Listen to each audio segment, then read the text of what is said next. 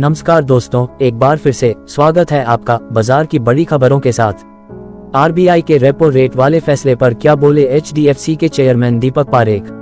RBI ने monetary policy committee की बैठक के बाद बेंचमार्क पॉलिसी दरों में कोई बदलाव न करने का फैसला किया था, जिसके बाद बिजनेस जगत के दिग्गज दीपक पारेख की इस पर टिप्पणी आई है।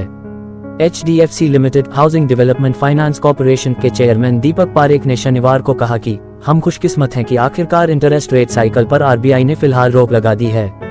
केंद्रीय रिजर्व बैंक ने गुरुवार को मॉनेटरी पॉलिसी कमेटी की 2 दिवसीय बैठक के बाद बेंचमार्क पॉलिसी दरों में कोई बदलाव न करने का फैसला किया था, जिसके बाद बिजनेस जगत के दिग्गज दीपक पारेख की इस पर टिप्पणी आई है।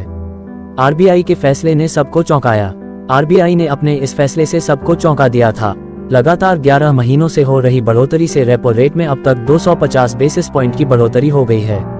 इस बार भी यही संभावना थी कि आरबीआई एमपीसी फिर से दरों में 25 बेसिस पॉइंट की बढ़ोतरी कर सकता है, लेकिन समिति ने इसे 6.5% पर रखने का फैसला लेकर सबको चौंका दिया।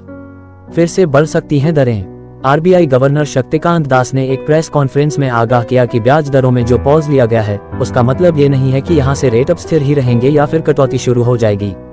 उन्होंने कहा कि जरूरत पड़ी तो आरबीआई दरों को फिर से बढ़ाने में हिचकिचाएगी नहीं। दीपक पारेख ने भारत की आर्थिक स्थिरता में जताया भरोसा।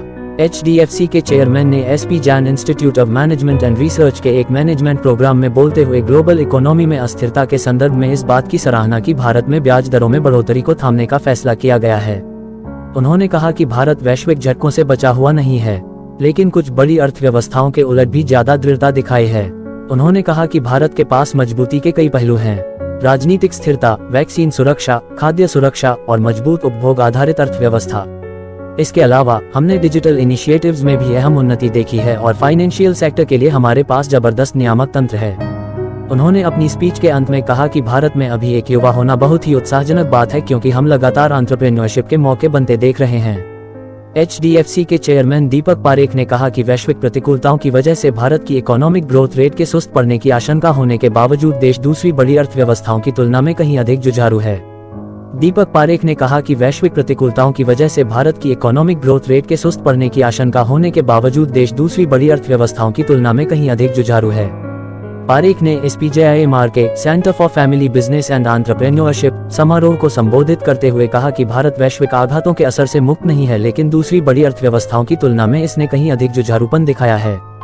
उन्होंने कहा, वैश्विक प्रतिकूलताओं की वजह से निश्चित तौर पर भारत के सकल आर्थिक उत्पाद जीडीपी की ग्रोथ रेट सुस्त होगी।